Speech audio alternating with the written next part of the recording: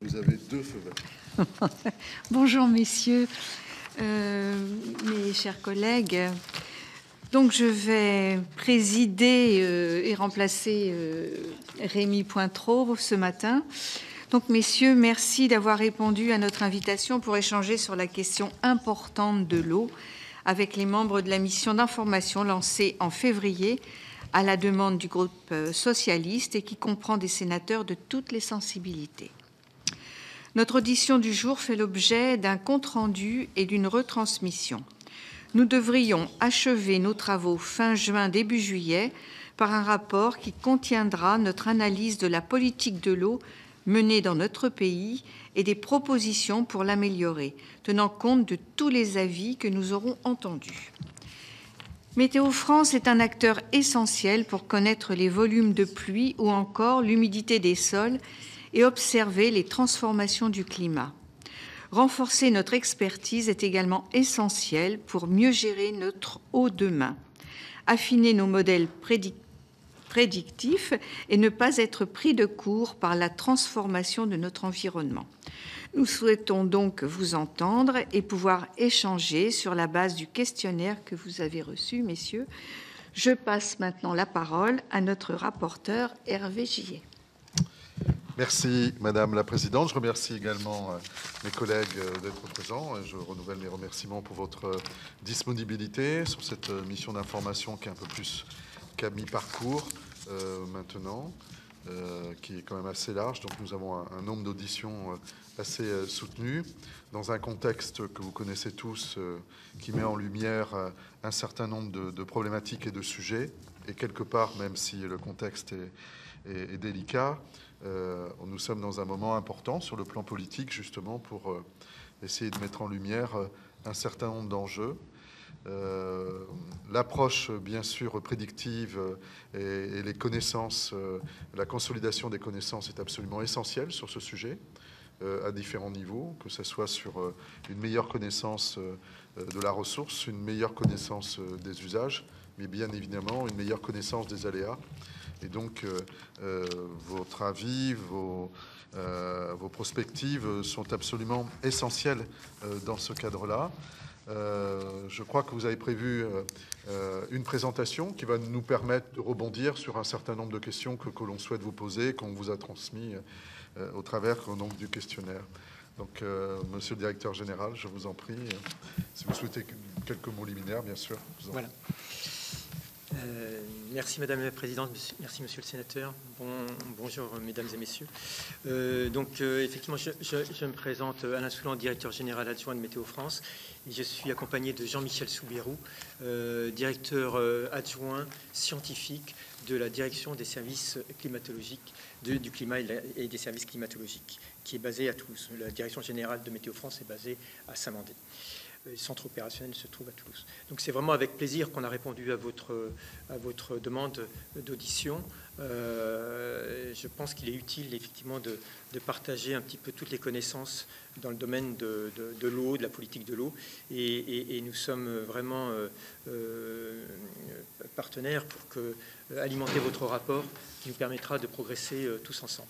Donc merci pour cette initiative. Et donc, effectivement, nous avons prévu une présentation en 2 temps. Je vais rappeler rapidement les missions un petit peu institutionnelles de Météo France et particulièrement celles qui concernent tout ce qui est pluviométrie, hydrométrie. Et ensuite, on commencera à rentrer un petit peu dans le détail sur l'état des lieux, les perspectives en matière liées au changement climatique. Et ça, c'est Jean-Michel Soubirou qui présentera cette partie-là. Nous avons également préparé les réponses aux questionnaires que vous nous avez envoyés. Alors, nous ne vous l'avons pas encore envoyé maintenant. Nous aurons l'occasion de l'enrichir au cours de ces échanges. Et ensuite, bien sûr, nous vous transmettrons nos réponses à ce questionnaire par envoi, par transmission. Donc la présentation est également bien sûr à votre disposition. Voilà. Donc je vous en prie. Voilà. Bien. Donc Météo France aujourd'hui, très succinctement. Hein, donc les chiffres de 2022 en matière de ce qu'on appelle recettes, mais 394 millions d'euros qui sont répartis de la manière suivante. Il y a trois grandes répartitions. Il y a une subvention d'État, vous voyez, à hauteur de 44% en jaune. Il y a une partie qui est liée aux redevances aéronautiques. Donc, quand vous prenez l'avion, vous payez une partie du billet contient une taxe qui revient à Météo France au travers de ce qu'on appelle les redevances aéronautiques pour assurer la sécurité des vols. Et il y a également une activité commerciale à Météo France, donc des recettes propres, donc à hauteur de 9%. Ensuite, il y a une somme non négligeable qui est indiquée ici en orange, EUMETSAT, 64 millions d'euros, mais nous jouons un peu la boîte aux lettres, c'est-à-dire qu'on a une subvention du ministère de la Recherche qui est ensuite transmise à EUMETSAT, une organisation européenne qui est chargée de mettre en place, de maintenir des satellites météorologiques européens. Et donc après, vous avez différentes, ce qu'on appelle autres, 9%, ce sont des subventions autres que la subvention d'État dans le cadre de conventions bien particulières. Par exemple, nous avons une convention avec la DGPR qui nous finance à hauteur de 50% nos investissements radars, par exemple. Voilà. Donc, les missions sont fixées par un décret du 18 juin 1993. Il faut savoir que Météo France était auparavant une administration centrale qui est devenue EPA, établissement public à caractère administratif, sous la tutelle du ministère de la Transition écologique et de la cohésion des territoires. Donc, EPA en juin 1993 et modifié le 9 juin 2016. Voilà. Donc, sous plafond d'emploi, en fin 2021, 2595 ETP. Pour le schéma d'emploi pour 2023, c'est 2558. Il faut savoir que... Continue de baisser un peu. Alors, attendez, je vais vous expliquer. Ça augmente par rapport à 2022. Vous n'avez pas le chiffre de 2022, mais le chiffre de 2022 est inférieur à 2558. Et donc, pour la première fois depuis 10 ans, nos effectifs à Météo France augmentent donc de 58 ETP. Nous étions 3800 il y a 10 ans. Donc il y a à peu près une baisse régulière des effectifs de Météo France de 3% par an depuis 10 ans. Vous êtes dans une maison où un certain nombre d'entre nous vous défendent dans le cadre du PLF. Oui. Et c'est sans doute grâce à vous que nous avons obtenu un relèvement de notre schéma d'emploi.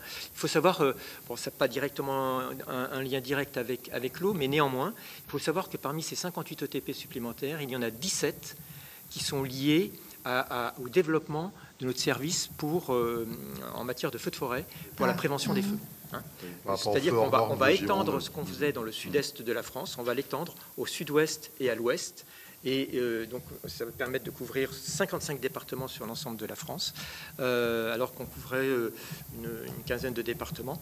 Et donc, on a dit, on peut le faire, mais avec nos effectifs, on n'y arrivera pas. Et donc, finalement, on nous a entendus. Vous nous avez entendus, vous nous avez défendus. Et donc, on a pu avoir ces 17 ETP supplémentaires pour les feux. Donc le budget, j'en ai parlé. On a un contrat d'objectif qui est signé avec nos tutelles, donc qui est sur 5 ans, 2022-2026. Donc là, on est dans sa deuxième année. On avait un contrat budgétaire 2018-2022, sauf que maintenant, on n'a pas de... Le budget ne souhaite pas renouveler cette expérience. Donc, nous avons un contrat d'objectif et de performance, mais nous n'avons pas de contrat budgétaire. C'est-à-dire que... Peut-être un contrat d'objectif, de performance et de moyens. Non, mais voilà. C'était avant, il y avait un COM, effectivement. Mais non, c'est devenu un COP. Et alors, il y avait un peu le contrat d'objectif et de moyens au travers du contrat budgétaire en 2018-2022. Il s'était un peu décalé, d'ailleurs. Mais voilà. Cela dit, c'était protecteur d'une certaine manière en matière de subvention d'État. Mais en revanche, ça nous engageait en matière de baisse d'effectifs. Sur le contrat budgétaire 2018-2022, il y avait l'inscription de moins 95 ETP chaque année. Et un chiffre qui est important, alors après, bien sûr, ça peut prêter à caution, mais on avait fait faire des études par des sociétés spécialisées, externes. L'activité de Météo France permet d'économiser, d'avoir des bénéfices socio-économiques de l'ordre de 1,1 à 2,6 milliards d'euros. Donc voilà, il faut avoir ces France Stratégie qui avaient fait cette étude en 2018. Il faut savoir qu'on l'avait également renouvelé plus spécifiquement pour le remplacement de notre supercalculateur, de manière à motiver l'investissement important dans un nouveau supercalculateur. Et là aussi, on regardait ce que ça pouvait apporter de mettre 1 euro pour un supercalculateur par rapport aux bénéfices socio-économiques. Voilà. Donc c'est important d'avoir... les rapports sont publics et je pense que c'est utile de montrer que le service de prévision météo, mais aussi les services climatologiques permettent de mieux anticiper et donc de faire des économies. Voilà. On peut passer à la diapo suivante. Merci d'ailleurs, je ne vous ai pas remercié de faire ce passage de diapo. Merci beaucoup. Alors, très rapidement, hein, la première mission de Météo France, c'est assurer la sécurité météorologique, justement.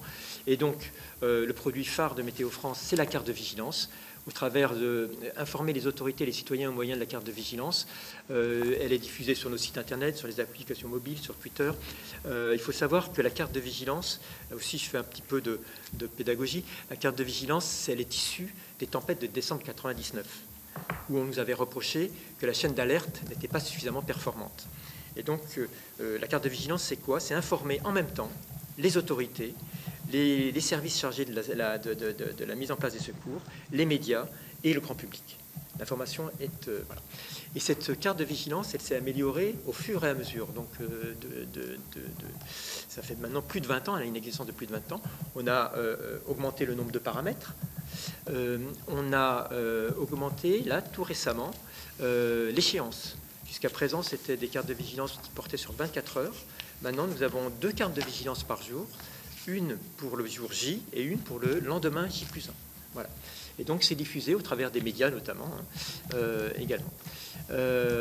Avec les fameuses couleurs vert, jaune, orange et rouge. Alors, vous savez que également, pour cette première saison estivale, nous allons mettre en place, ce n'est pas une carte de vigilance, ça s'en rapprochera quand même, une carte feu, une carte de la météo des forêts. Je ne sais pas si vous avez... Il y a eu une communication presse de notre ministère des tutelles. Et voilà, et ça va être mis en place à partir de début juin. Apporter également un soutien aux différents services de l'État, donc la sécurité du trafic aérien, j'en ai parlé, nous avons des redevances en retour. Garantir la sécurité des routes avec les services techniques, nous avons beaucoup de conventions, notamment dans un cadre commercial, avec les DTT, avec les autoroutes. Donc les conseils départementaux plutôt, et avec les autoroutes, les conseils départementaux, pas les DTT. Soutien à la sécurité civile, en particulier pour la prévention et la lutte contre les... C'est les conventions commerciales avec les DTT. Oui, j'ai fait un lapsus. Pas de souci. Voilà. Cela dit, nous avions des conventions commerciales avec les DREER aussi. Hein, oui. Soutien à la sécurité civile, en particulier pour la prévention et la lutte contre les feux de forêt et végétation. Et puis un soutien également important aux forces armées. Voilà. Et donc, si on rentre plus précisément dans le vif du sujet qui nous préoccupe aujourd'hui, notre appui au service de l'État dans le domaine de l'eau compte 3 volets. D'abord, le suivi. Vous y avez fait référence tout à l'heure. Hein, c'est au travers d'un réseau de mesures. Il faut savoir combien de précipitations il tombe. Donc ça, c'est vraiment, on est garant de cette information-là. On aura l'occasion d'y revenir. Nous faisons également des bulletins réguliers sur ce sujet dans différents domaines. Après, nous avons bien sûr, nous développons des études et des recherches. Donc, je n'ai pas parlé de l'organisation dans le détail de Météo France, mais nous avons une direction de la recherche. C'est une des rares exceptions dans les services météorologiques. Nous avons à Météo France à la fois une école qui forme nos ingénieurs, une école de la météorologie, une école nationale de la météorologie, qui est basée à Toulouse. Et nous avons une direction de la recherche avec environ 300 chercheurs, également basés à Toulouse. Et puis, bien sûr, l'anticipation et l'accompagnement des situations de crise. Donc, je vais le développer juste après, au travers des différentes activités qu'on peut avoir. Donc, il y a un appui au service de l'État en charge de la prévision des crues et des inondations. Alors, j'ai échangé, mais je crois que vous n'avez pas prévu d'auditionner le CHAPI ou la DGPR. Le CHAPI, c'est le service central... d'hydrométéorologie d'appui à la prévision des inondations, hein, donc qui est basé à Toulouse sur le campus Météo France d'ailleurs, hein, donc il y a une étroite interaction avec le Chapi et Météo France. Donc ceci est cadré par une convention cadre qui a été renouvelée récemment en 2022 entre Météo France et la DGPR. Donc c'est notamment également au travers de cette convention que la DGPR s'engage à nous financer le programme Radar dont j'ai parlé tout à l'heure. Mais il y a beaucoup d'autres choses qui sont prévues au travers de cette convention. Vigicru, donc, c'est Météo France. Pardon ? Vigicru, c'est pas Météo France. On est le porteur de Vigicru au travers de notre carte de vigilance. Oui. Et Vigicru, c'est le Chapi. C'est ce service central. D'accord. Il y a une Météo France. Alors, dans certains pays, les services météo intègrent l'hydrologie, la partie hydrologie. En France, c'est séparé. La pluviométrie est du domaine de Météo France et l'hydrologie est du domaine du Chapi. Est-ce bien raisonnable ? Il y a du pour et du contre. Voilà, je resterai. Voilà. Non, voilà, il faudrait vous avez hésité quand même. Ouais. Oui. On peut se poser la question. On s'est posé plusieurs fois la question. Du coup, si vous voulez, dans le contexte à la croisée des enjeux aujourd'hui, c'est quand même une interrogation légitime. On s'est posé plusieurs fois la question. Il y a eu des propositions à un certain moment, mais elles n'ont pas été suivies des faits. Des bulletins, donc nous émettons des bulletins réguliers, quotidiens, et d'avertissement à destination des services de prévision des crues. Alors les services de prévision des crues, ils sont rattachés, ils sont animés fonctionnellement par le Chapi, mais ils ne dépendent pas hiérarchiquement du Chapi. Ils sont en général rattachés à des DREAL. Je vais faire une petite incidence. Il y a un seul SPC, Service Prévision des Crues, qui est rattaché à Météo France. C'est le SPC MEDEST, historiquement.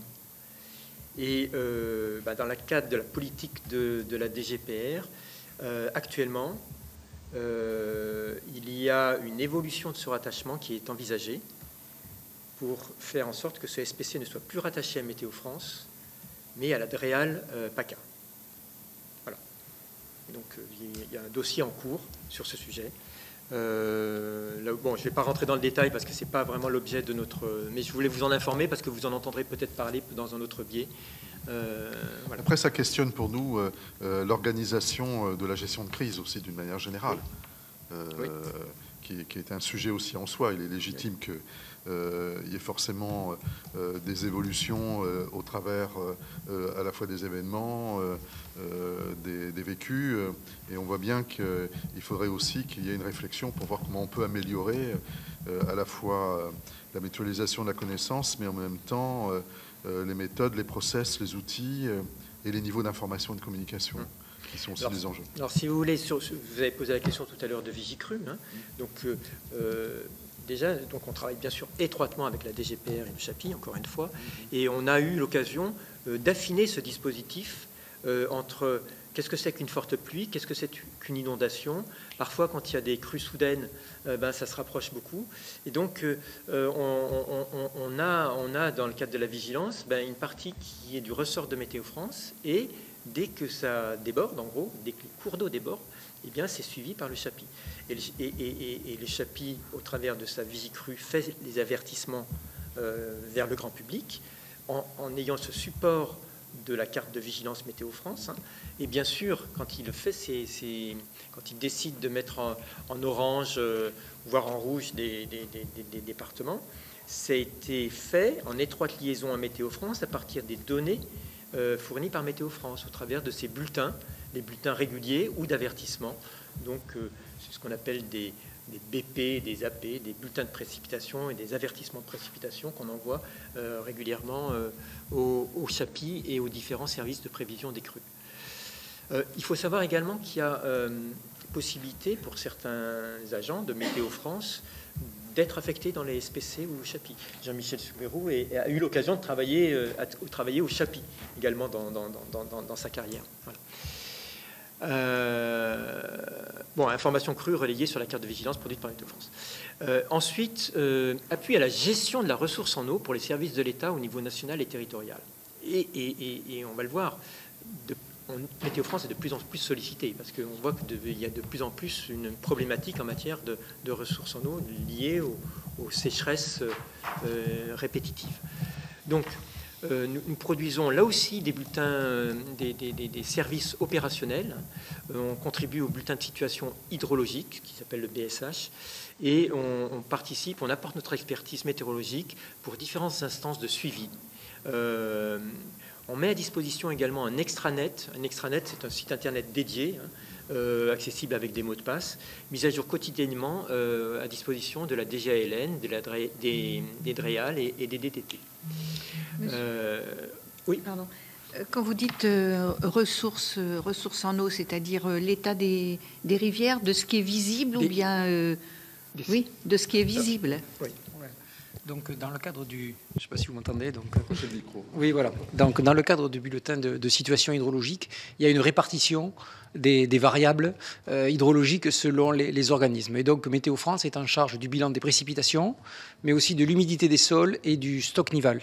Et ensuite, donc, les débits des rivières sont suivis par les DREAL et également l'OFB à travers son réseau Onde et le BRGM pour les eaux souterraines. Donc, c'est un travail multi-organisme partenarial et qui apparaît dans le BSH, mais aussi dans le comité d'anticipation de la situation hydrologique, le CACH, au niveau national. Donc,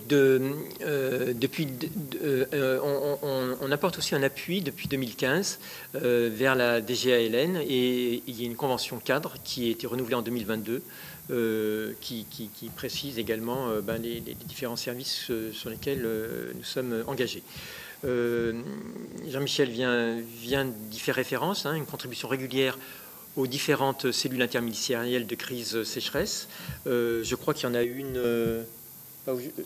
il y en a une ces jours-ci, puisqu'on a préparé la présence. Je crois que c'est aujourd'hui, non ? Il y a aussi une cellule interministérielle. Il y a la cellule interministérielle de crise. Oui. C'est pas le CACH. Non, mais je te parle de la cellule interministérielle de crise. Oui, effectivement, elle a lieu aujourd'hui, je crois. Aujourd'hui, il me semble qu'on a une. Donc, on a quelqu'un qui va faire une présentation pour un état des lieux. Voilà. Donc, ça, on est amené à en faire régulièrement dès qu'il y a une cellule interministérielle de crise. Et puis, bien sûr, il y a des caches qui sont plus régulières, auxquelles également on participe et on contribue, puisqu'on est une des données d'entrée pour l'aide à la décision ensuite. Et donc, simplement pour dire que tous les... Juste sur ce point-là, puisque le sujet des cellules de crise, gestion de crise est un sujet que nous abordons, bien sûr, dans le cadre de la mission d'information. Vous assistez jusqu'à quel niveau ? À tous les niveaux, dès qu'il y a une cellule départementale de crise, vous êtes en assistance. Jusqu'où vous allez ? Oui. Alors, justement, on va le voir pour la diapo suivante va montrer, mais on reste d'abord sur cette diapo, puis on va voir le détail en 2022. Donc, tout ça pour dire que pendant cette année 2022 qui a été fortement impactée en matière de ressources en eau, nous avons été fortement sollicités justement à tous les niveaux, niveau départemental, niveau régional et au niveau national, puisqu'il y a eu des effets combinés de sécheresse, de canicule et d'incendie de forêt. Donc on peut passer à la diapo suivante à ce moment-là. Merci. Voilà, et justement, ce qui s'est passé en 2022, quelques chiffres pour vous donner une idée des sollicitations. Donc, il y a eu 132 mises à disposition du bulletin hydrologique mensuel via le BSH, le bulletin de suivi hydrologique.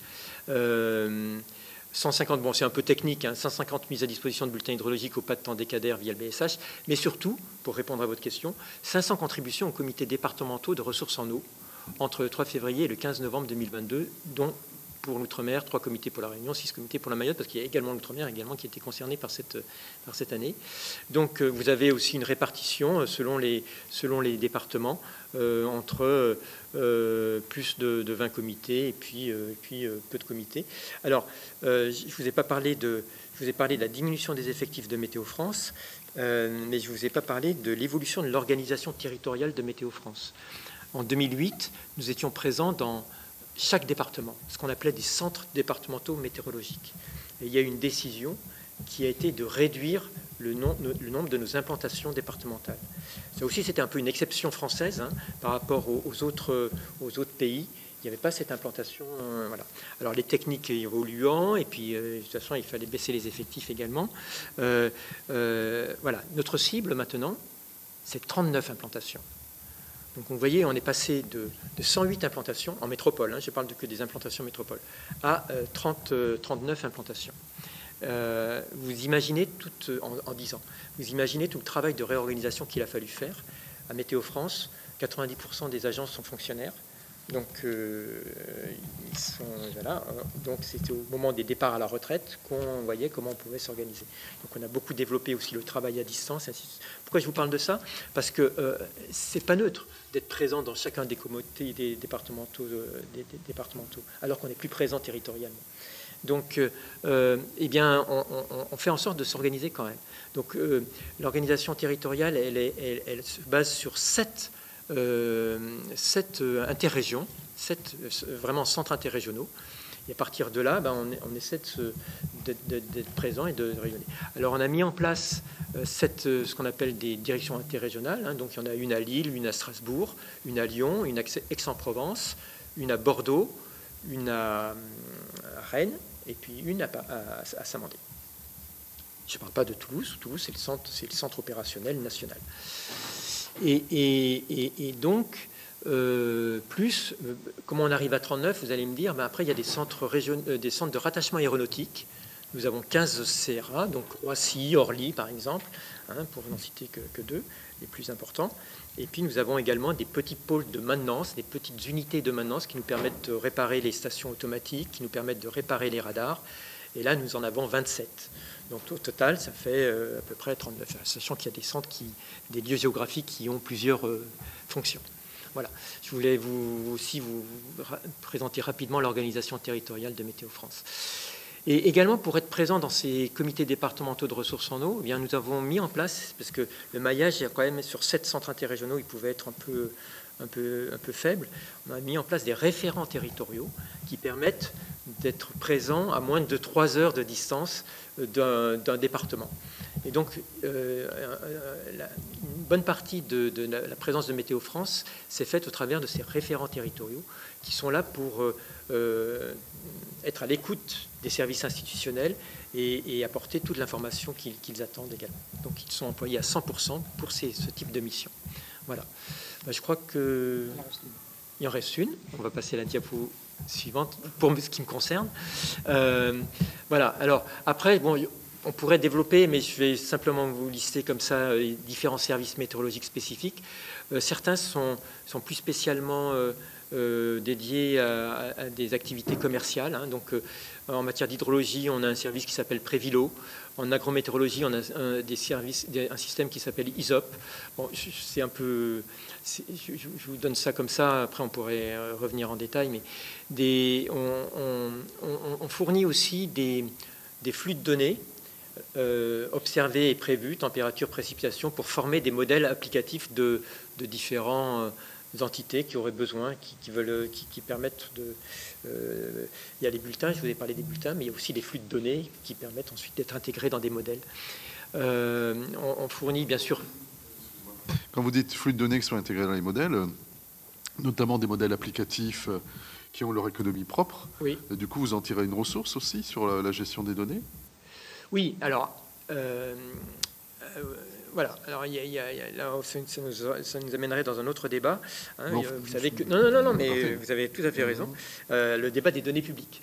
Les données publiques où il y a une demande, je veux dire générale, hein, de faire en sorte que les services de l'État et les établissements publics comme Météo France mettent à disposition le plus grand nombre de données qu'elles produisent,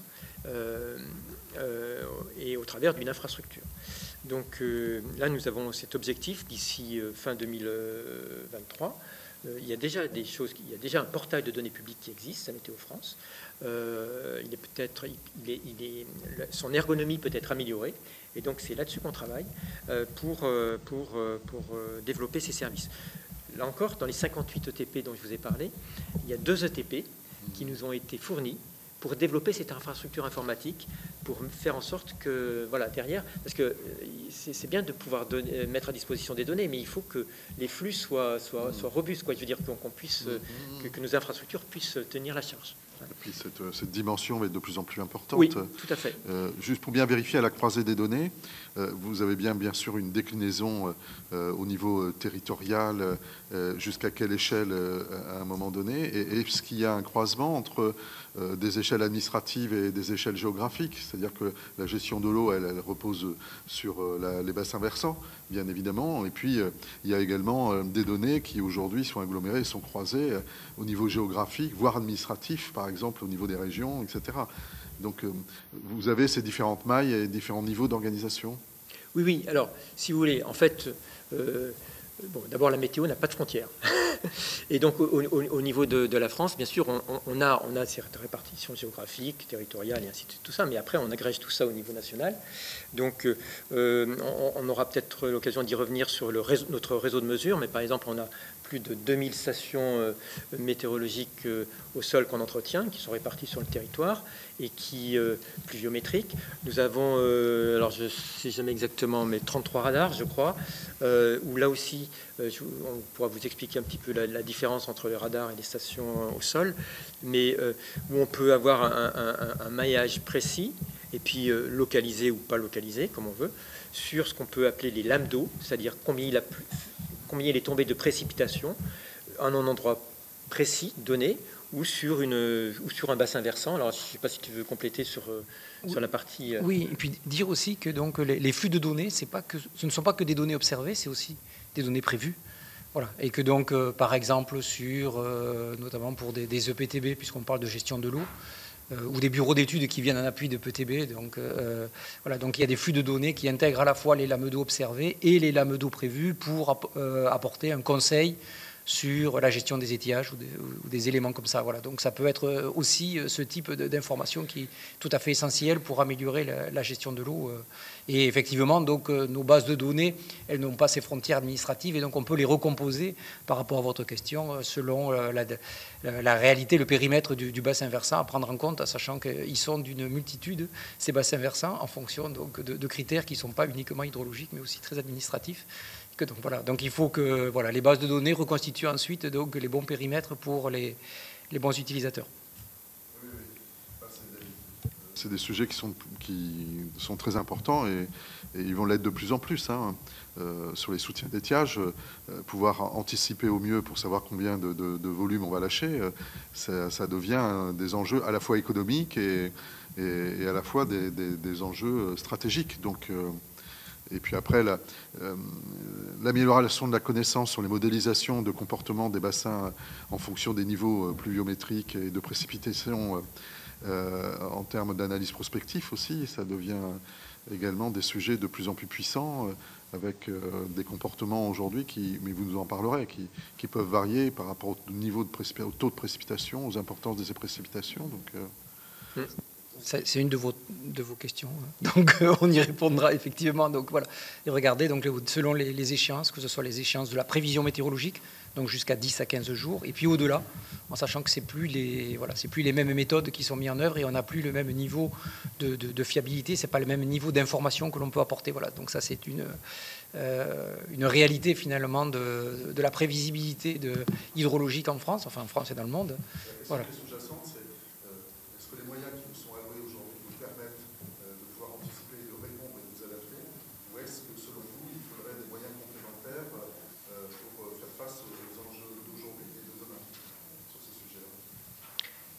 Alors donc, on est sur des projets de recherche aujourd'hui qui trouvent des applications opérationnelles. On pourrait citer par exemple, nous, on vient en appui du SMEAG. Le SMEAG, c'est le syndicat mixte d'études et d'aménagement de la Garonne. Donc je le dis à M. Gillet, puisque donc, on reste sur son bassin de prédilection. Voilà, donc par exemple, donc, Météo France fournit des prévisions saisonnières hydrologiques, donc d'évolution des débits de la Garonne. Donc là, on donne des prévisions à échéance de 3 mois, de 3 à 5 mois sur la Garonne pour décider de la stratégie pour la gestion des étiages et notamment à quel niveau minimum de débit il faut que le SMEAG intervienne pour les lâchers de barrage. Donc c'est quelque chose qui est un petit peu innovant, on va dire, chez nous là-dessus. Donc ensuite, dans les projets de recherche, et donc ça rejoint un petit peu, alors là, dans le plan d'action qui a été mis en œuvre, les différentes mesures. Donc il y en a une mesure, je crois que c'est 49 ou quelque chose comme ça, enfin, je ne les ai pas par cœur, enfin, voilà, donc qui insiste donc, sur voilà, les progrès à faire en la matière. Dire aussi que Météo France n'est pas tout seul quand on est sur ces sujets-là, que ça amène les autres organismes scientifiques, l'INRAE, le BRGM, que c'est des collaborations qui sont à monter. Et puis aussi, peut-être que ce qui est important, c'est que ça soit coordonné aussi peut-être au niveau de la puissance publique. Ouais, peut-être aujourd'hui, moi je dirais que c'est peut-être quelque chose qui est un peu manquant à mes yeux, hein, si je peux me permettre, on est là pour dire voilà. Voilà. Donc aujourd'hui, voilà, donc peut-être les mesures d'ailleurs du plan eau vont permettre de l'améliorer, puisque voilà. Donc aujourd'hui, donc on avait des actions de recherche qui se développent, qui sont allés vers des services opérationnels qui sont vraiment au tout début, on va dire. Mais par contre, derrière, il n'y a pas eu ça répondait pas à une demande publique. Quelque part, c'est plus une offre, une capacité des organismes scientifiques à s'organiser, à proposer des choses qui leur semblaient intéressantes, qu'une demande publique coordonnée pour faire avancer ce sujet-là, et que peut-être donc l'année 2022 pourrait changer un petit peu le paysage. Oui, tout à fait. Donc, je suis l'ancien président du SMERG aussi, donc D'accord. j'ai bien suivi. Mais derrière, c'était aussi toute la négociation avec les concessions hydroélectriques sur les stratégies de ce qu'on appelle entre guillemets de l'ACHUR. Voilà. Et c'est absolument essentiel aujourd'hui de conforter la connaissance du modèle. Mais c'est assez spécifique à Adour-Garonne, mais pas exclusivement. C'est pour ça que l'approche prédictive et la qualité de l'approche prédictive devient vraiment un enjeu stratégique territorial à l'échelle de chaque bassin, en fait, à tous les niveaux. Chers collègues, pas de questions, on poursuit, ça va? Je termine juste cette diapo et puis ensuite je passerai la parole à Jean-Michel. Donc, et bien sûr, ben, on met en place des services liés à l'impact du changement climatique sur la ressource en eau. Pourquoi? Parce que ben, on a l'historique. On a l'historique des paramètres météo et on a également des modèles. On participe notamment aux travaux du GIEC. Nous avons notre équipe de recherche, là dont j'ai parlé tout à l'heure. Elle développe des modèles de prévision à 50, 100 ans. Et donc, on peut voir ce continuum, le passé et le futur. Tout à l'heure, ça vous sera présenté plus en détail. Et donc, on participe ainsi à différents projets de recherche. Alors Explore 2, je ne sais pas si vous en avez entendu parler, Life-O, et par exemple, et puis on met à disposition des résultats, parce que l'établissement public Météo France, comme je vous l'ai dit, il y avait, en matière de prévision, il y a la vigilance, c'est important de s'adresser directement au public, mais on a également des services relatifs au changement climatique et qui sont également disponibles pour le grand public. Alors vous avez DRIAS, le portail DRIAS, et tout récemment, nous avons mis en place une rubrique eau, ce qu'on appelle DRIAS eau, qui est dédiée justement aux perspectives en matière d'évolution des bilans. Ça me donne, parce qu'il manque aussi un point sur le changement climatique, c'est Climadiag. Je ne sais pas si vous en avez entendu parler de Climadiag. Vous tapez Climadiag sur Google, vous arriverez à Climadiag. Et alors il y a Climadiag commune, Diag, diagnostic, climat, diagnostic, DIAG, CLIMA, DIAG. Il faudra qu'on le rajoute à la présentation parce que je pense que c'est important, parce que vous pouvez être élu dans des communes et vous tapez le nom de votre commune et vous avez un rapport d'une douzaine de pages qui vous indique en gros l'évolution des paramètres à 50 ans. Voilà, donc c'est très pédagogique. Je veux dire, ça donne. Je ne sais pas si tu veux compléter un petit peu, Oui, enfin voilà, donc l'idée c'est de permettre aux élus et aux citoyens d'accéder facilement, simplement à l'évolution du climat sur leur commune. Donc voilà, donc c'est quelques indicateurs. Non, on a fait un petit peu. Bon, après, il a démarré, donc ça a été présenté au Salon des maires en novembre dernier. Ouais. Non, mais effectivement, donc il y a encore un effort de communication. C'est pour ça que on profite de toutes les instances pour rappeler ce nouveau service. Donc Climadiag commune. Ça, c'est un peu grand public. Et puis, il y a un Climadiag entreprise, c'est-à-dire que pour une entreprise qui est impactée un peu par les paramètres météo, eh bien, elle peut regarder, alors là, c'est un peu plus compliqué, hein, et elle doit renseigner plus de choses. Pour le Climadia commune, il suffit de renseigner son numéro de commune. Pour Climadia entreprise, il faut répondre à un petit questionnaire pour après voir l'impact et pour aider l'entreprise à anticiper un petit peu certaines décisions à prendre par rapport à son activité. Voilà. Climadia commune, Climadia entreprise, et puis nous avons DRIAS. En fait, DRIAS, c'est la base qui nous a permis ensuite de développer ces Climadiag communes et Climadiag entreprises. Oui, tout à fait, ce sont les mêmes données, mais bon, DRIAS, ça s'adresse plutôt à des bureaux d'études, voilà, à des services techniques. L'objectif, c'était de mettre à disposition les données des projections climatiques, donc ce sont des gros volumes de données, ça nécessite donc d'avoir des services techniques pour les traiter. Climadia commune, voilà, ça s'adresse donc aux élus, à l'ensemble des citoyens qui ont besoin d'avoir des informations simples et puis territorialisées, parce que je crois que voilà, pour se sentir concerné, il y a besoin que l'information, elle parle de son propre territoire. Il veut plus aussi. À mettre peut-être en réflexion, parce que ça serait intéressant d'avoir demain après-demain un modèle un peu plus standard d'information de l'ensemble des parties prenantes et plus particulièrement des collectivités locales et territoriales, de telle manière qu'on ait une forme de tableau de bord qui soit un peu normalisé et qui soit alimenté donc par des circuits de données agréés entre guillemets et stabilisés sur ces sujets-là. Avec d'une manière plus générale, on va dire, sur la gestion de la ressource et des enjeux à risque. En tout cas, il y a un sujet. Il y a un sujet d'information, parce que le risque, sinon, c'est que chacun développe un peu ses propres outils, ses propres méthodes, etc.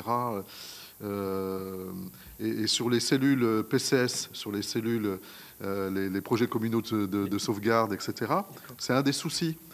C'est qu'on a parfois des méthodologies de remontée ou d'alerte, par exemple, qui sont assez différenciées. Alors que peut-être qu'on peut commencer à rentrer dans des procédures un peu plus stabilisées, un peu plus communes et un peu plus partagées. Vous voyez ? Et ça va ensemble, en fait, si on y regarde bien. Ça va ensemble. J'en profite parce que vous m'en donnez l'occasion de faire référence également à ce qui va se mettre en place prochainement, la formation des élus au changement climatique. Je ne sais pas si vous en avez entendu parler, mais c'est quelque chose qui avait été initié dans l'Indre, je crois, par la préfecture de l'Indre. Et notre ministre Christophe Béchu a souhaité généraliser ce type de formation à tous les élus. Donc il y a une opération pilote qui doit se faire incessamment sur 3 départements. Alors, je crois qu'ils sont encore confidentiels, mais bon, on les connaît. Et ensuite, ça va être généralisé à l'ensemble des communes. Et Météo France sera partie prenante, au même titre que l'OFB, l'ADEME et le CEREMA. Donc, il est prévu que Météo France fasse une présentation, alors c'est bien cadré parce qu'il faut le temps limité, fasse une présentation d'une demi-heure sur l'impact du changement climatique, et notamment, ça sera l'occasion de faire la promotion, entre guillemets, de Climadiag commune. Voilà. Donc voilà, je voulais simplement faire une parenthèse, mais effectivement, ce que vous dites, c'est vraiment important de se partager l'information, de pouvoir bien communiquer, de partager les mêmes bases, que ne pas laisser chacun trouver parce qu'il y a une forte demande. Donc, il faut vraiment donner tous les outils pour permettre de répondre à cette demande. Juste un point. Et le maîtriser, oui, parce que, attention, on peut faire n'importe quoi. Ouais. Alors juste pour préciser aussi, parce que donc voilà, donc la diapo, donc on n'est plus sur une rubrique eau, on est aujourd'hui sur un nouveau portail, DRIAS Eau, donc qui a été ouvert le 30 mars 2023, qui vise donc à mettre à disposition les données des simulations hydrologiques. Donc le DRIAS, le portail actuel, c'était les simulations sur le climat. DRIAS Eau, c'est le pendant de DRIAS dans la même présentation, avec la même présentation, les mêmes formats, mais pour les simulations hydrologiques. Et donc ce sont des simulations hydrologiques qui ne sont pas réalisées que par Météo France, elles sont réalisées dans le cadre du projet national Explore 2, donc en collaboration donc avec l'INRAE et le BRGM notamment. Et ça veut dire donc que les bureaux d'études et finalement et tous les acteurs de l'adaptation vont avoir progressivement, à partir de maintenant, à disposition des volumes de données très importants sur les futurs de l'eau. Donc voilà. Alors peut-être donc ça reste à ce stade-là encore, ça s'adresse à des services techniques comme on a dit, mais en tout cas donc les données sur le futur de l'eau vont devenir largement accessibles à tout un ensemble d'acteurs et que donc il y a beaucoup de réflexions sur l'accompagnement des acteurs, que ce soit dans le projet LIFO et Climat et dans le projet Explore 2. Voilà. Et donc on est quand même sur un changement de paradigme sur la distribution des données futures de l'eau. Je pense que c'est intéressant de le noter peut-être dans vos travaux, donc sur l'aspect changement climatique. Et donc Météo France joue ce rôle fédérateur finalement de la distribution des données pour proposer une même interface d'accès aux données, que ce soit pour le climat ou que ce soit pour l'eau, parce qu'en fait, les deux sujets sont liés. Je pense que ça vous apparaît clairement. Alors donc, dans la suite de la présentation, donc j'ai repris des diapositives que j'avais donc pour le séminaire sur la GEMAPI qui avait lieu ce matin, donc que le sénateur Gillet faisait l'introduction et que moi je faisais une première présentation sur les changements climatiques dans le domaine de l'eau. Alors donc j'ai pioché quelques diapositives parce que j'ai vu que dans le questionnaire vous avez beaucoup de questions sur les aspects quelles ressources en eau à l'horizon 2050 en France. Alors l'idée c'est pas forcément de suivre l'intégralité des diapositives pour garder suffisamment de temps d'échange, mais peut-être juste voilà, on peut en piocher quelques-unes, ou peut-être donc vous voyez celles qui vous intéressent particulièrement. Donc dans votre présentation, Monsieur Gillet, vous avez évoqué donc l'aspect exceptionnel de l'année 2022, donc qui à la fois donc qui correspond à une année moyenne du milieu de siècle quand même dans les simulations climatiques, et donc elle est complètement hors norme par rapport à notre climat d'aujourd'hui. Et donc je le rappelle ici, donc voilà, 2,7 degrés de réchauffement par rapport à 61-90, on est près de 3 degrés par rapport au début du XXe siècle. Donc voilà, et puis donc en termes d'évolution de l'évapotranspiration aussi, donc c'est toujours la barre de droite, et donc elle est au-dessus de tout ce que l'on a connu. Donc là c'est des moyennes nationales, si on le regardait dans certaines régions, donc les écarts sont encore pires. Et un réchauffement en France qui s'approche quand même assez rapidement des 2 degrés, donc en intégrant l'année 2022. C'est 1,7 degré quand on regarde donc la part anthropique expliquée par le changement climatique, parce qu'il y a aussi de la variabilité naturelle, mais quand même, donc voilà, donc des ordres de grandeur qu'il faut commencer à avoir en tête. Juste pour mes collègues sur les feux hors normes, les DFCI et les services incendies parlent toujours de la règle des 30-30-30, plus de 30 degrés, moins de 30% de taux d'humidité, et le dernier d'ailleurs... C'est le vent. Hein, le vent. Et le vent. Voilà, le dernier, c'est le vent. Et en 2022, on a explosé, évidemment, cette règle-là. Donc, tous les paramètres étaient largement dans le rouge, et ce qui explique aussi le degré d'inflammabilité et la violence des flammes. Parce qu'en fait, ces feux sont aussi particuliers dans leur violence de propagation. Et le fait qu'on ne peut pas, une fois qu'ils sont partis, on dit feu hors norme, mais c'est la très grande difficulté de pouvoir les arrêter compte tenu de la violence. Donc quand on est sur des climatologies de ce type, ben voilà le résultat qui arrive à un moment donné, dans l'explicatif. Absolument, oui, mais ça c'est bien sûr. Donc voilà, sur la diapo suivante, donc on parle des précipitations. Et peut-être ce qui est important à avoir en tête, c'est que les territoires ne vivent pas aujourd'hui exactement les mêmes transitions dans le domaine de l'eau. Et ça sera également vrai dans le futur, que la France est dans une zone de transition climatique. Qu'aujourd'hui, donc, quand on fait une moyenne au niveau national des précipitations, on ne voit pas de tendance depuis les années 60.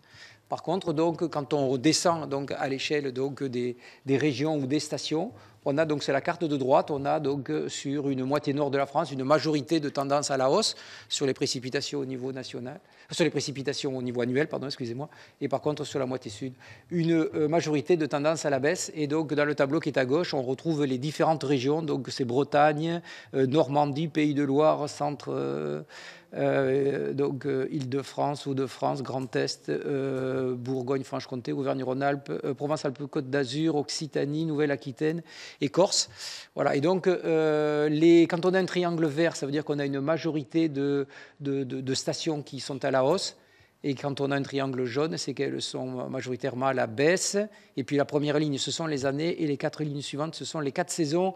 Et on voit voilà, que les régions du nord de la France, donc, qui sont en début de liste, ont plus de triangles verts, et puis les régions du sud de la France qui arrivent dans la seconde partie, elles ont plus de triangles jaunes. On voit aussi que l'on n'a pas toujours des signaux parfaitement établis. Donc, les précipitations sont aussi sensibles à une variabilité décennale sur notre territoire. On n'a pas des tendances aussi claires sur les précipitations que ce que l'on a sur les températures, il faut l'avoir en tête. La variabilité aussi d'une année sur l'autre. que l'on a vécu, enfin que l'on vit en permanence, mais que 2022 nous a rappelé. Voilà, donc elle est plus marquée sur les précipitations que sur les températures. Sur la diapositive suivante, donc, on parlait des extrêmes, et des extrêmes sur les pluies intenses et des extrêmes sur la sécheresse des sols. Dans les deux cas, on a aujourd'hui donc des signaux sur l'aggravation donc de ces phénomènes extrêmes. Donc le diagramme de gauche, c'est les pluies extrêmes sur les régions méditerranéennes. Donc là, il y a eu des publications qui ont prouvé, montré donc, cette aggravation de l'intensité de ces précipitations extrêmes. Mais il n'y a pas que les régions méditerranéennes qui sont concernées. Aujourd'hui, on a aussi la Bretagne, le centre, le nord-est. Et en fait, dans d'autres régions, du point de vue statistique, on ne peut pas affirmer que le phénomène est en cours. Ça ne veut pas dire qu'il n'est pas en cours. Ça veut dire qu'il y a des règles statistiques pour arriver à le démontrer, qu'il y a de la variabilité naturelle dans ces événements. Aujourd'hui, on ne peut pas le démontrer du point de vue statistique, mais il est vraisemblable que cette dynamique d'aggravation des événements extrêmes, des pluies intenses, elle est en œuvre sûrement sur l'ensemble du territoire. Et en parallèle, et c'est complètement cohérent avec ce que a dit le GIEC dans le 6e rapport d'évaluation, on a une aggravation des sécheresses des sols. Aggravation, donc au niveau national, donc, elles ont été multipliées par 2 en termes de fréquence depuis les années 60. Dans d'autres régions du sud de la France, donc la partie sud de la Nouvelle-Aquitaine, l'Occitanie particulièrement, et puis ensuite donc Provence-Alpes-Côte d'Azur, on est plutôt sur des ratios de 3 aujourd'hui en termes d'aggravation de l'intensité et de la fréquence des sécheresses.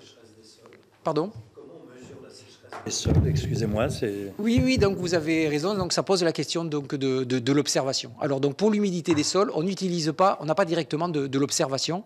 On utilise en fait de la modélisation. Donc ce sont donc des modèles, on va dire hydrologiques, qui sont opérés en temps réel, qui ont été calibrés par des campagnes de mesure qui sont suivies également avec un monitoring, parce qu'on a quelques points de mesure d'humidité des sols au niveau national, on en a une vingtaine à peu près, et qui nous servent à faire donc un monitoring pour vérifier que c'est cohérent avec les mesures que l'on établit à partir de modélisation. Mais les données, ce sont des données analysées, ce ne sont pas des données observées, celles qui sont utilisées. On a des rétrospectives donc sur avec ces modèles depuis le début des années 60, un petit même 58 à peu près. Et donc, ça nous permet d'avoir une estimation au pas de temps quotidien et à une résolution de 8 km sur le territoire de l'humidité des sols. Et c'est à partir de là qu'on définit des critères d'un événement de sécheresse. Et donc, notamment, c'est l'idée d'avoir un événement qui a un temps de retour qui dépasse 10 ans. C'est ce qui nous déclenche le fait que, du côté exceptionnel donc, de la sécheresse des sols. Donc, diapo suivante, donc, c'était en termes de ressources en eau, il y a un indicateur qui est souvent utilisé, qui est très simple, c'est l'écart entre les précipitations et l'évapotranspiration. Alors, il faut se méfier parce que l'évapotranspiration, il y a plusieurs formules possibles. Et donc, ce que je vous montre là, donc, ça a un côté peut-être un petit peu effrayant. Enfin, en tout cas, bon, mais peut-être on est dans l'esprit de votre audition, notre audition, puisque là, donc, on voit qu'on commence en 2022, en intégrant 2022, donc on a RR-ETP qui devient négatif pour la première fois en moyenne décennale sur la France. Mais bon, ça dépend quelle formule d'évapotranspiration on utilise. Mais on voit bien, en tout cas, donc la ligne rouge, c'est une moyenne décennale, et on voit donc cette baisse régulière, donc très forte depuis les années 80. Avec bien sûr quelques variabilités. Et puis l'année 2022, complètement à droite, qui est un oursin complet dans la série, donc où on a un écart là qui dépasse 300 mm entre les précipitations qui ont été recueillies donc, sur l'ensemble de la France, une moyenne nationale, et l'évapotranspiration exceptionnelle qui ont été vécues. Donc quand on a en même temps un événement de déficit de précipitation et de forte chaleur, donc, qui se traduit par des évapotranspirations, on se retrouve dans des situations tout à fait exceptionnelles. Et donc, ça illustre aussi, finalement, du point de vue de l'aléa, la singularité de l'année 2022 et son caractère exceptionnel. Alors, peut-être que j'anticipe et que vous allez l'exprimer ou le projeter, mais du coup, la cartographie qui nous permettrait de croiser en même temps les évolutions climatologiques et les évolutions de la ressource serait aussi particulièrement intéressant. C'est-à-dire que sur la cartographie précédente, si on la croisait avec l'évolution même de la ressource, c'est-à-dire des stocks et l'analyse des stocks, puisque les territoires se comportent aussi différemment. Même si on a une pluviométrie qui reste relativement importante sur certains territoires, ça peut aussi malgré tout avoir des impacts compte tenu des caractéristiques effectivement du territoire. Donc on a la pluviométrie, mais l'évolution en même temps de la ressource en eau qui se croisent. Et ça, ces données-là, vous les avez? Elles sont croisées?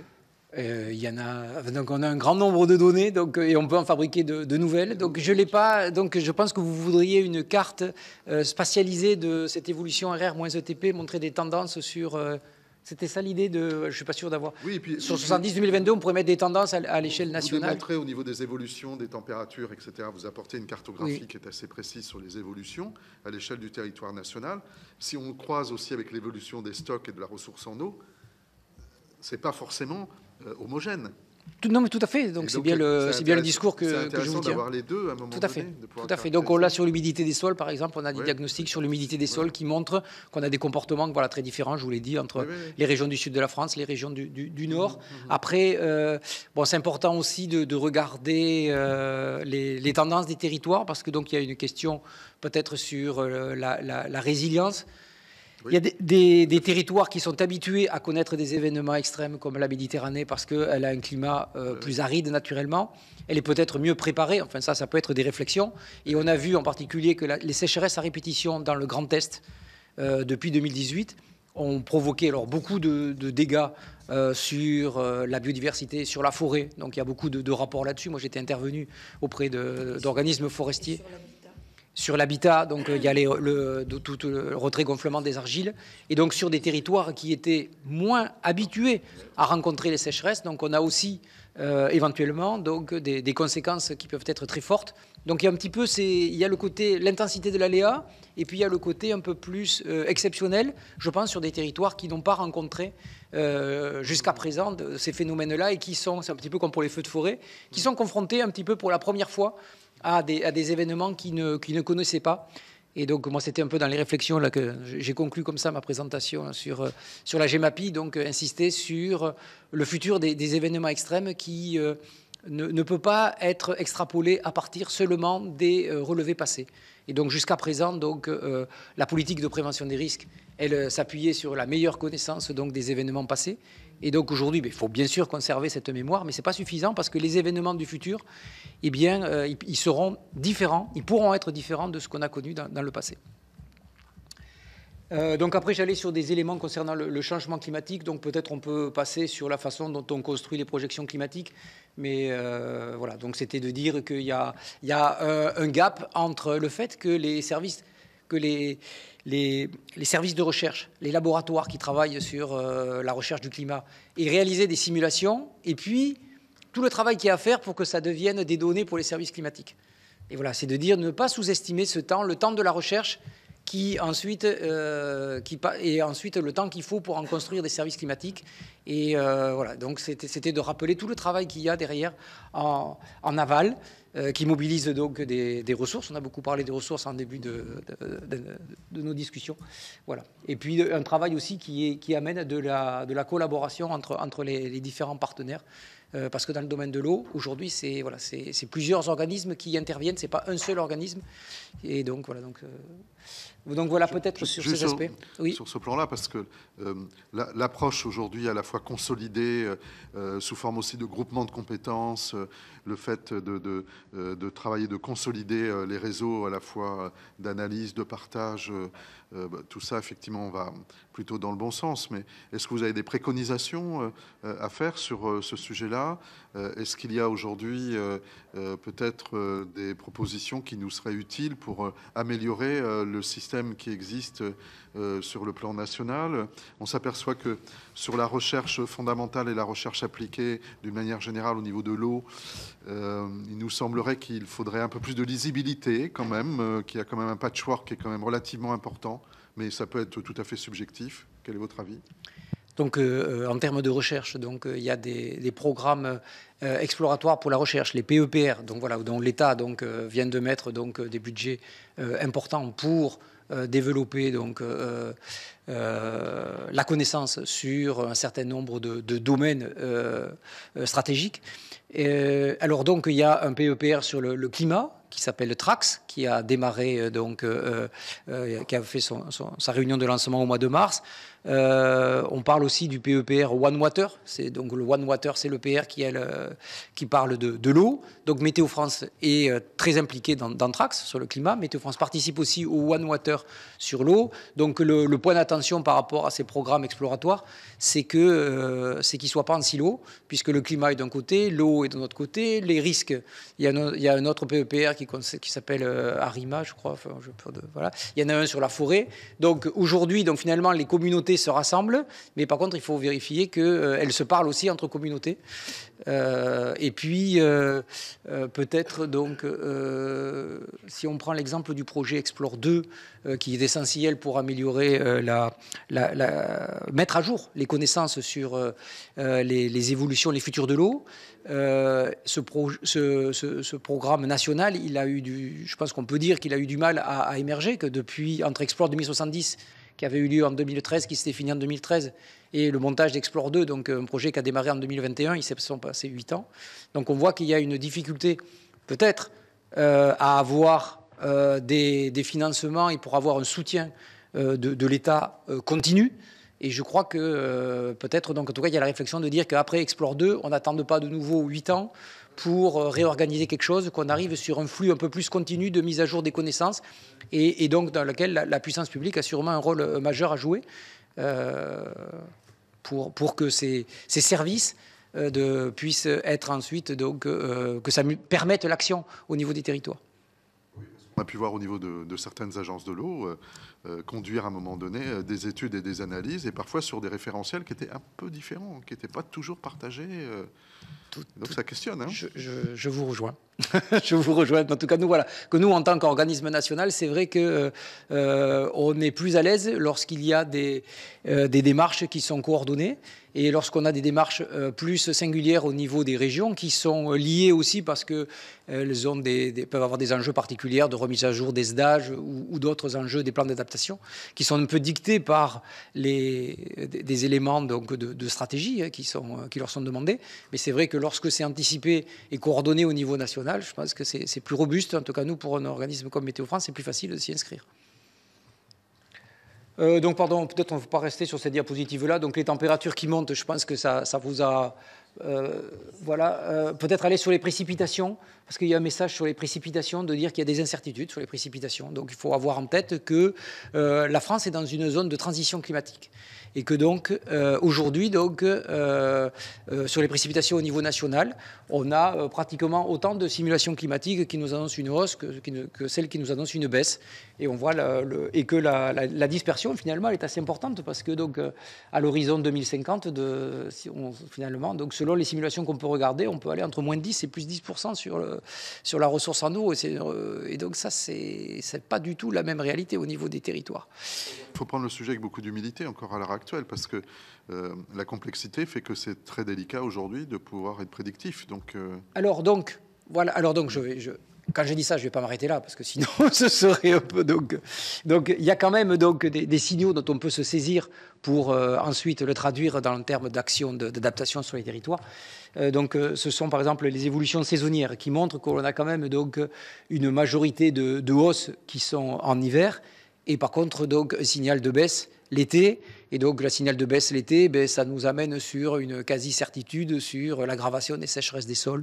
Donc, des événements tels qu'on a connus l'été 2022, ceux-là, ils s'inscrivent bien dans la lignée de ce que nous indiquent les changements climatiques. Je rappelle aussi dans une diapo dans le petit coin, cette carte, elle rappelle que les tendances ne sont pas tout à fait les mêmes entre le nord et le sud de la France, qu'il y a des territoires qu'on s'attend quand même toujours à voir le nord de la France un peu plus privilégié en termes de quantité de précipitations par rapport aux régions du sud. Ça veut dire que les territoires vont avoir à s'adapter à des réalités hydrologiques qui vont être différentes, alors qui peuvent être différentes aussi par rapport à leur propre vulnérabilité, par rapport aux enjeux du territoire, mais par rapport en termes d'aléas.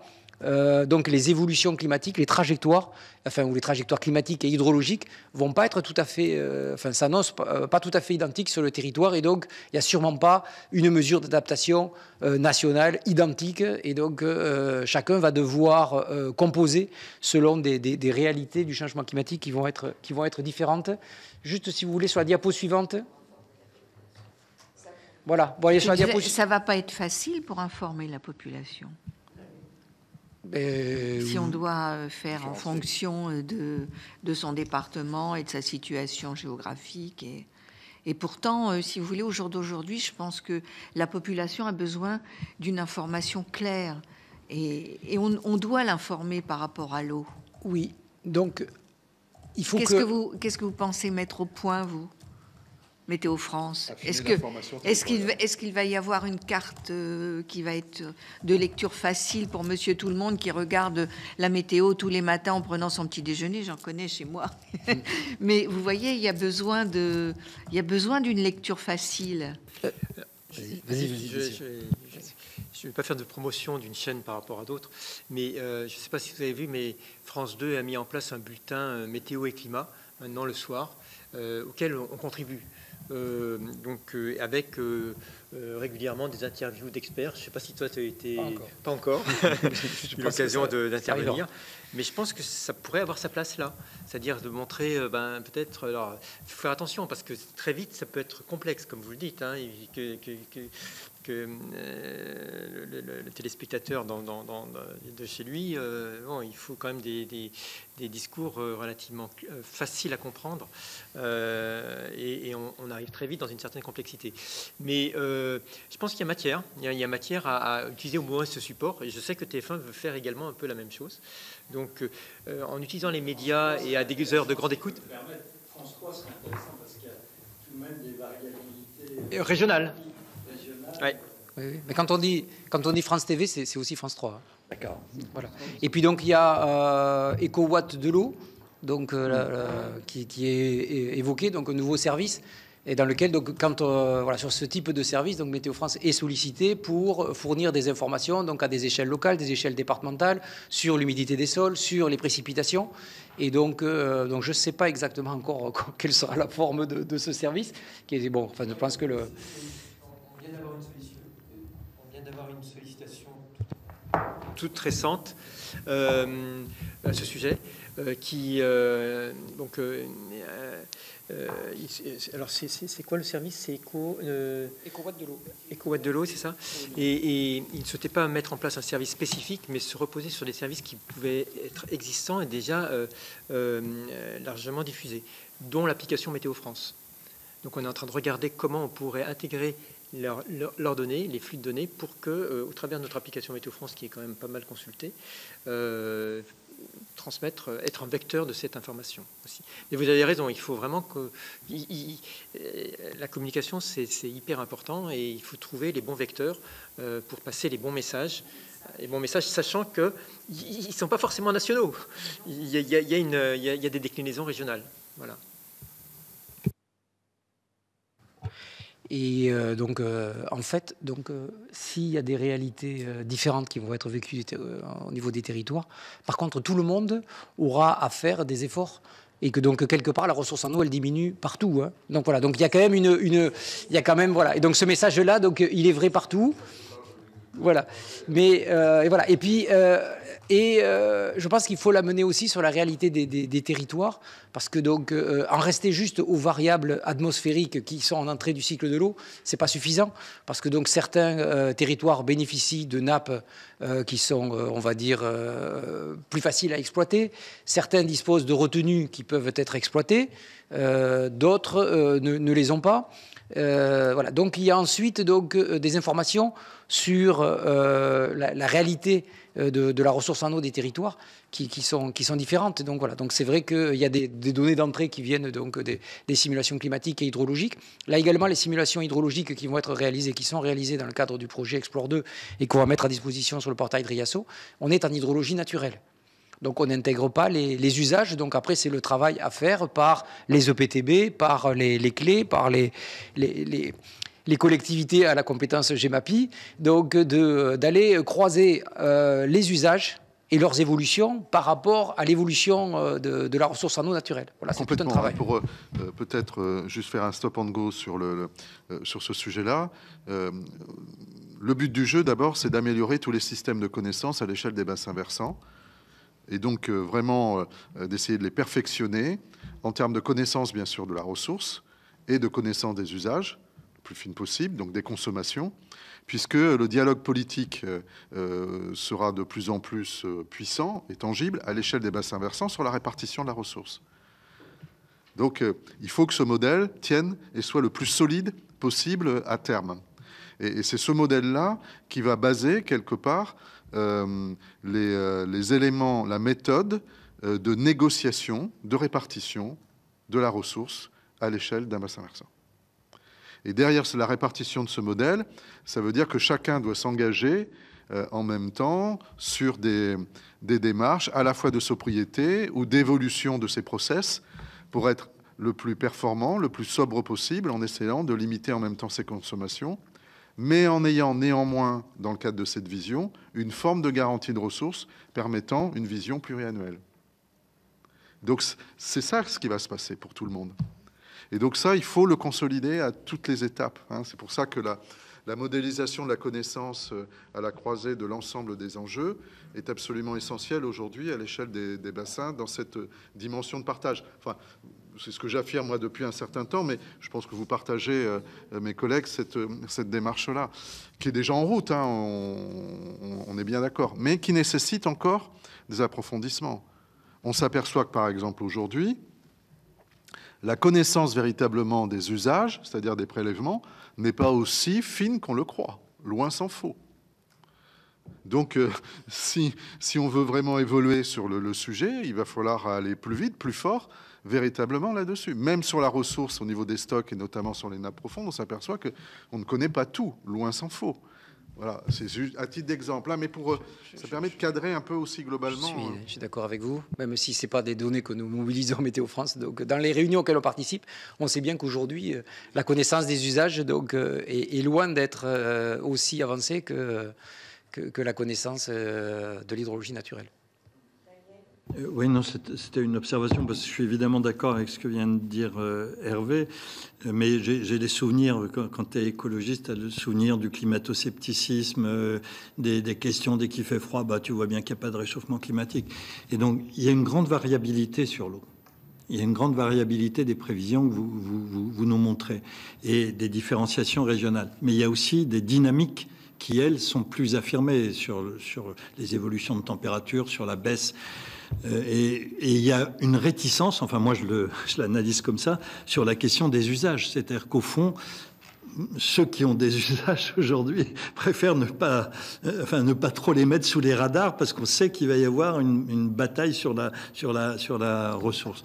Voilà, c'était juste un commentaire. C'est-à-dire que je pense que dans la publication citoyenne, dans la compréhension, je pense qu'il faut que les données scientifiques soient le mieux partagées, mais tout en étant compréhensibles. Et il faut que les dynamiques soient perceptibles. Parce que je me rappelle d'un ministre qui mettait en doute les dérèglements climatiques et qui a fait beaucoup de dégâts et qui peut nous faire prendre beaucoup de retard. Et quand on comprend les dynamiques, on s'attache à anticiper les conséquences sans doute mieux. Et c'est ce que Météo France nous aide à faire, y compris sur les îlots de chaleur urbains. Moi, j'ai beaucoup travaillé avec vos données, par exemple, sur la métropole du Grand Paris, pour montrer à quel point on était touché par les ICU. Enfin, voilà. D'accord. Ce qui peut nous rassurer, c'est que le ministre en question a plutôt mal fini. Mais je vous redonne la parole pour poursuivre. Oui, non, juste c'est pour dire que l'année 2022, elle nous montre aussi donc l'importance de prendre en compte la variabilité naturelle, voilà, et de dire qu'on ne peut pas s'adapter qu'à la moyenne sur 30 ans. Et que quand un climat futur, il continuera à avoir donc des années plus humides, des années plus sèches. Et la difficulté, c'est comment on arrive à gérer à la fois les années sèches et les années chaudes. Et donc, cette année 2022, ça sera une année moyenne de la décennie future. Mais dans ces décennies-là, il y aura aussi des années... Alors, plus sèche encore, pas forcément, puisque donc, dans les simulations, des sécheresses de niveau 2022, en tout cas, donc, on a peu de simulations qui sont capables de faire des années plus sèches. Donc, alors, sous réserve que nos simulations soient correctes. Donc, en termes d'anomalies de sécheresse, on ne s'attend pas forcément à avoir des années excessivement plus sèches. Plus sèches en été, oui, mais pas forcément plus sèches sur le bilan annuel. Par contre, donc, des années beaucoup plus chaudes. Et donc, voilà, donc il faut s'adapter, non pas à la moyenne, mais il faut s'adapter aux événements extrêmes. Et donc voilà, donc ça peut être une leçon de 2022.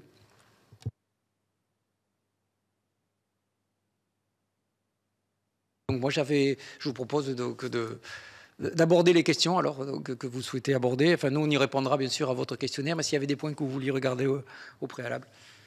Peut-être. Et voilà.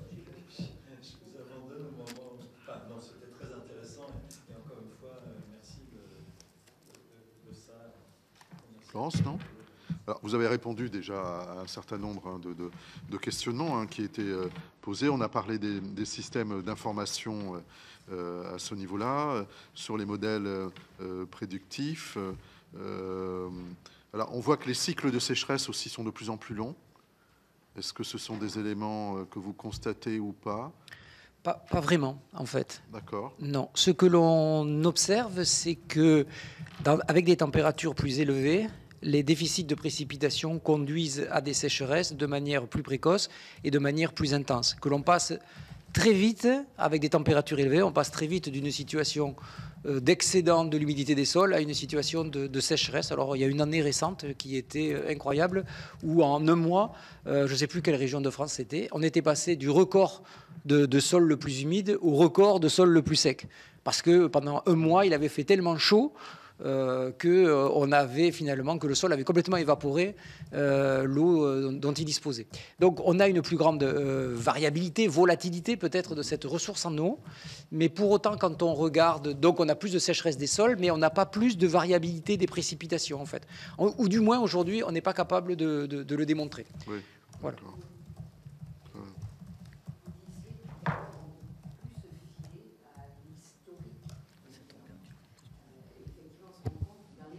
Des PPRI notamment. Sur nos départements, on se rend compte que les services sont de plus en plus stricts et vont bien au-delà de ce qui était historiquement la crue centenale. Et que c'est pas toujours bien vécu parce qu'effectivement, ça met des communes en grande difficulté. Moi, dans mon département, j'ai tout un secteur qui est la vallée de la Vézère, qui est très touché, où le tourisme va être beaucoup touché parce qu'effectivement, il y a un PPRI qui, si vous y rajoutez une couche avec le ZAN, ce sont des départements, enfin des secteurs de départements qui vont plus avoir du tout d'évolution. Donc, je pense que tout ça se justifie par ces phénomènes qui vont être de plus en plus violents et de plus en plus rares, mais de plus en plus violents au niveau de la pluviométrie. Ça, vous le validez? Oui, je devais avoir une diapositive sur les précipitations extrêmes. Alors bon, si vous voulez, voilà. Donc si vous voulez, donc effectivement, oui, c'est cette réalité, en tout cas, donc de dire que les précipitations extrêmes deviennent plus intenses. Alors la façon dont ça se traduit dans le cycle de l'eau en termes d'inondation, c'est un travail qui reste à faire. Donc là, on parle que de la précipitation intense. Les phénomènes d'inondation, ce sont des phénomènes qui sont complexes. Il y a différents types d'inondations. Il y a du ruissellement urbain. Il y a des débordements de cours d'eau où lorsque l'eau est agglomérée, donc à l'échelle du bassin versant, un rôle de concentrateur.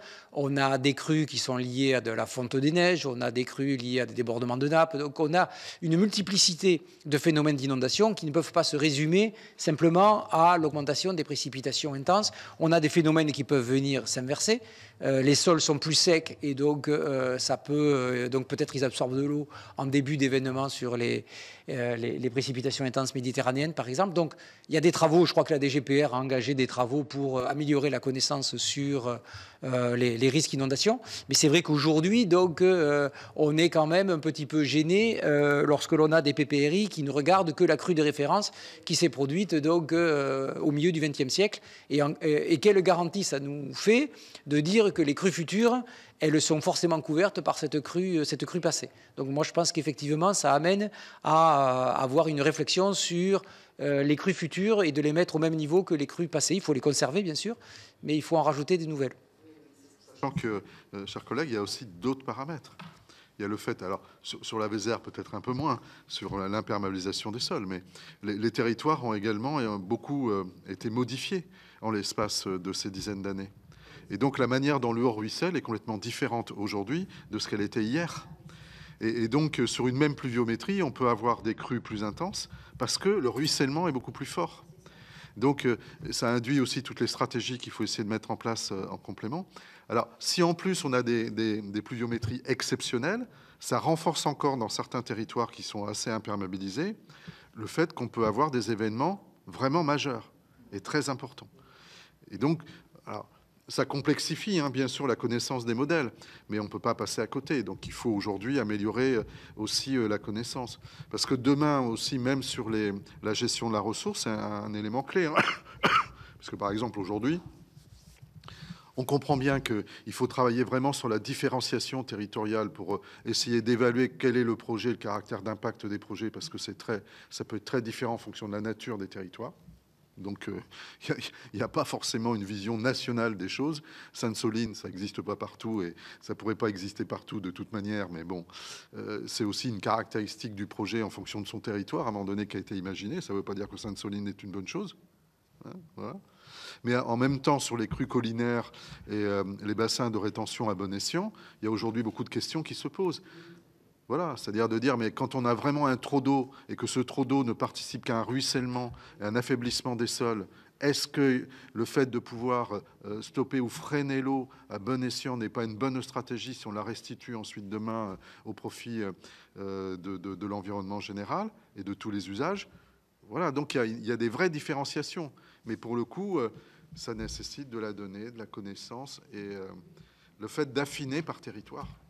Donc nous, on a été impliqués dans un projet qui s'appelle FLOD, qui avait lieu dans l'Aude, les inondations de l'Aude, je le cite, et on était avec le CNES, enfin on était avec la DDTM de l'Aude, et puis le CNES, et c'est un projet donc, qui visait donc, à valoriser l'imagerie spatiale pour améliorer la résilience des territoires au phénomène d'inondation et donc de ruissellement rural. Et voilà. Et donc nous on apportait l'information sur l'évolution des pluies extrêmes sur les régions méditerranéennes, mobiliser les acteurs, mobiliser les élus sur ces questions-là, mais ils le sont énormément dans l'Aude parce qu'ils ont vécu quand même des catastrophes à répétition ces dernières années. Donc eux, ils sont bien convaincus, ils ont bien vu la réalité du changement climatique qu'ils vivaient sur les territoires. Et puis donc avec l'imagerie spatiale, c'était de regarder des éléments de détail du territoire, mais qui jouent leur rôle au moment de ces événements intenses. Les haies qu'on a supprimées, qui peuvent, qui jouent un rôle pour ralentir l'écoulement des eaux, les pratiques agricoles, la façon dont on cultive les parcelles, qui peuvent accentuer le ruissellement quand on cultive le long de la pente, ou au contraire quand on cultive. Voilà. Donc il y a tout un ensemble d'éléments de la réalité, de la façon dont est utilisé le territoire, qui aujourd'hui donc qui était regardé avec l'imagerie du CNES, mais qui est interrogé sur des pratiques, mais qui sont à l'échelle de la parcelle. Parce que c'est à cette échelle-là que débutent finalement les phénomènes qui vont ensuite s'amplifier et qui deviennent, j'allais presque dire, un peu incontrôlables. Mais voilà. Donc il y a aussi, donc au-delà de l'aléa naturel, donc ça interroge sur les pratiques qui ont pu être faites, donc qui ont évolué pour des raisons donc généralement économiques. Mais donc il y avait l'imperméabilisation bien sûr, mais il y a d'autres pratiques qui peuvent avoir eu lieu sur les territoires et qui aujourd'hui aggravent ces phénomènes, indépendamment de l'aggravation de l'aléa. Et justement à ce sujet, par exemple, moi j'ai un village avec des collines et la façon de cultiver a complètement changé parce que autant avec les chevaux on cultivait à l'horizontale, là maintenant avec les tracteurs on cultive à la verticale, et après les fauches d'été, le labour, il y a des gros orages, on se retrouve avec de la boue, 20 cm de boue dans le centre du village. Donc, à partir de là, on a cartographié, si vous voulez, les risques. Et on s'est aperçu, d'abord, on a demandé aux cultivateurs de travailler autrement et de laisser des bandes enherbées, mais ça, c'est chaque village qui doit le faire. Et par contre, on s'est aperçu que en bas des collines, il y avait des mares. Les mares servaient à abreuver les vaches. Sauf qu'il n'y a plus de vaches. Donc, qu'est-ce qu'on a fait ? On les a supprimées. Et au jour d'aujourd'hui, quand il y a un très, très gros orage, eh bien, on se dit que les mares, elles serviraient bien à quelque chose. Parce que elle ferait, voilà. Et c'est vrai que on se doit, je pense, dans chaque village, de voir les problématiques que l'on rencontre pour pouvoir adapter son territoire. Et une cartographie, c'est drôlement important. Je ne peux que vous rejoindre. Juste pour dire qu'aujourd'hui, il y a la restitution du projet LIFE artisan qui était donc regrouper les solutions d'adaptation fondées sur la nature, puisque c'est un petit peu ce que vous évoquez, en tout cas moi c'est ce que j'entends, voilà, et de dire, donc voilà, donc il y a beaucoup de travaux pour quelque part peut-être, alors il s'agit de réfléchir, donc notamment là vous évoquez les zones humides et l'intérêt des zones humides, alors peut-être avec aussi une réflexion moderne, c'est-à-dire qu'il ne s'agit pas enfin, à mon sens, il ne s'agit pas forcément de reproduire ce qu'on faisait dans le passé, mais en tout cas de le remettre au goût du jour par rapport aux besoins que l'on a aujourd'hui, mais les solutions fondées sur la nature, donc pour l'adaptation, c'est, alors, même dans le rapport du GIEC, dans le 6e rapport du GIEC, ce sont les solutions qui sont les plus prometteuses et dont on est sûr qu'elles n'ont pas d'autres externalités, parce que quand on fait de l'ingénierie, souvent, donc, on résout un problème, mais on en crée un autre. Voilà. Du coup, ça soulève aussi, mais quand on parlait des systèmes d'information et d'accompagnement au niveau des process et des filières, c'est sûr qu'au niveau de l'agriculture, pour vous aujourd'hui, ça doit être aussi un enjeu assez important, parce que vous devez avoir des demandes de plus en plus fortes, quand vous disiez la connaissance à la parcelle et l'influence sur les assolements et puis les process de culture. Météo France joue un rôle de plus en plus important. Vous êtes sollicité dans ce cadre-là? Pas nécessairement?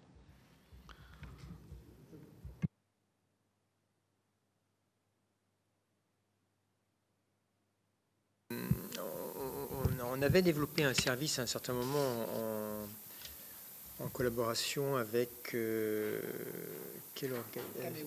Oui, c'est ça. Avec Arvalis, avec Arvalis. Et finalement, ça n'a pas pris. C'est un service qui n'a pas pris. Donc, c'était un peu une aide à l'irrigation et puis également au choix des cultures et ainsi de suite en fonction des données.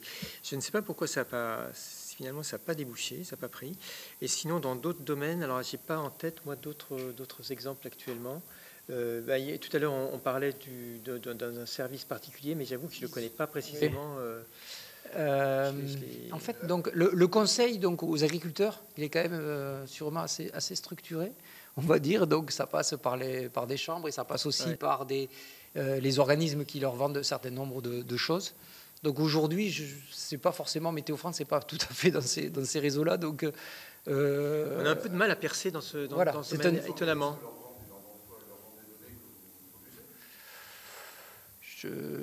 Oui, alors ça, peut-être, c'est dans le cadre des données publiques. Bon, oui. L'agriculture, à l'heure actuelle, c'est combien? 50 de la consommation d'eau? 55. Donc c'est énorme. Non, mais je suis bien d'accord, oui, tout à fait. Donc il y a un enjeu au niveau de la filière, des process, etc., qui est absolument considérable. On répondra à votre question. Quoi, je veux dire, nous n'avons pas tous les éléments forcément ici, hein, mais on rajoutera au questionnaire, on rajoutera un point sur nous ce qu'on fait actuellement. Quand on est gestionnaire à la croisée des chemins, justement sur les EPTB, quand vous mettez en place une redevance de bassin et que vous négociez avec la profession, c'est des données aussi qui sont fondamentales et des données d'accompagnement qui sont fondamentales aujourd'hui. On ne peut pas passer à côté. Et ça sera de plus en plus fort. Hein. C'est très clair. Hein. De plus en plus fort. Parce qu'après, il faut croiser aussi avec des pays qui sont vraiment en stress, qui utilisent des processus. L'eau sous serre en Espagne est récupérée et réinjectée dans des rigoles. On récupère les transpiration. On récupère aussi l'eau. On réinjecte au niveau des serres. Enfin, il y a des process. Vous voyez, il y a énormément de choses qui interviennent à un moment donné. Mais du coup, là, sur l'agriculture, enfin, ça va être essentiel d'affirmer et d'accompagner en termes de connaissances, et pas que de connaissances, donc les évolutions des process de la meilleure façon possible. Je pense que vous êtes directement concerné. Ouais. Mais comme vous le dites, il y a plein d'acteurs, de spécialistes dans le domaine. Et peut-être que là aussi, je ne sais pas si ça pourrait être une recommandation, mais il n'y a peut-être pas suffisamment de coordination pour fournir les bonnes méthodes et les aides qui vont bien. Par exemple, vous avez parlé tout à l'heure de Sainte-Soline et puis des superbassines. Finalement, il y a des experts un peu isolés, mais je ne suis pas sûr qu'il y ait une belle coordination pour fournir des réponses collégial et puis se projeter dans le futur. Donc voilà. Est-ce qu'on a posé bonne question? Parce que même les études BRGM, le BRGM est en train de revenir sur ses études initiales. Et puis il faut avoir vraiment une vision globale des choses. Je crois c'est parce que si on demande par exemple, Météo France pourrait apporter éventuellement une contribution, mais à son niveau. Hein, elle n'a pas toute la science sur le domaine. Mais vraiment, c'est cette coordination qui pêche peut-être un petit peu. Voilà, il faut y réfléchir. C'est une ouverture là, comme ça. Est-ce qu'on partage bien la connaissance de tous les acteurs qui pourraient aider à avoir la meilleure vision et la meilleure perspective?